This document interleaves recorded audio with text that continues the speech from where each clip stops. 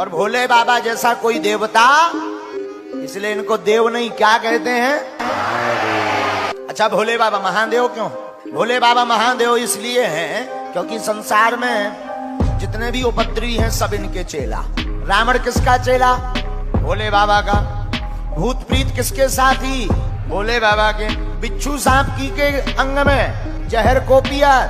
अब बताओ, ऐसो कौन देवता देखो तुमने? आए लो, समुद्र मंथन की कथा हमने पढ़ी है कि जब समुद्र मंथन हुआ और जब विष निकला जहर, भयंकर हलाहल विष, देवताओं ने कहा कि इसे किसे पिलाया जाए? ब्रह्मा जी से कहा कि तुम पियो, बुढ़ापो आगो तुम आओ, सफेद दाढ़ी हो गई, पी लो। ब्रह्मा जी बोले अगर हमने पी लो कहूं टबक गए तो सृष्टि कौन बनाएगा, इसलिए हमें छोड़ो। जब ब्रह्मा जी ने नहीं पिया तो कहा विष्णु भगवान आप पियो। विष्णु भगवान आप बड़े हो, सबके मुखिया हो, आप पियो। विष्णु भगवान बोले थे तो ब्याह लो नहीं भावा। कछु देर बाद लक्ष्मी जी प्रकट होने फिर होने विवाह, हमें ना पिलाओ को और देखो। देवता बोले पिवाएं किया, कोने में बैठे थे हमारे अपने भोले बाबा, कोने में आंखें नीचे। सब जन ने भगवान विष्णु भगवान से कही नहीं पकड़ो। पहुंच गए सरकार, हे भोलेनाथ आपके जैसा तो कोई दूसरा देवता ही नहीं है, इसलिए आप देव नहीं महादेव। भोले बाबा समझ गए, बोले मस्करी मत मारो, सीधो सीधो बताओ क्या करना।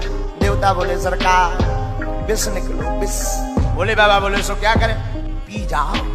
भोले बाबा बोले हम ही मिले।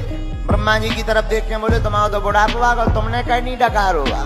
ब्रह्मा जी बोले अबे हमें सृष्टि बहुत बनानी। शंकर जी बोले मतलब हमारा कोई काम नहीं है इसलिए हमें पिला। नहीं नहीं नहीं, आप तो 50 आप देव नहीं महादेव हो। ठीक है ले आओ। भूत भावन महादेव ने विष लिया और पीने की कला देखना। रा कहा, मुंह खोला, विष को पूरा मुख में डाला।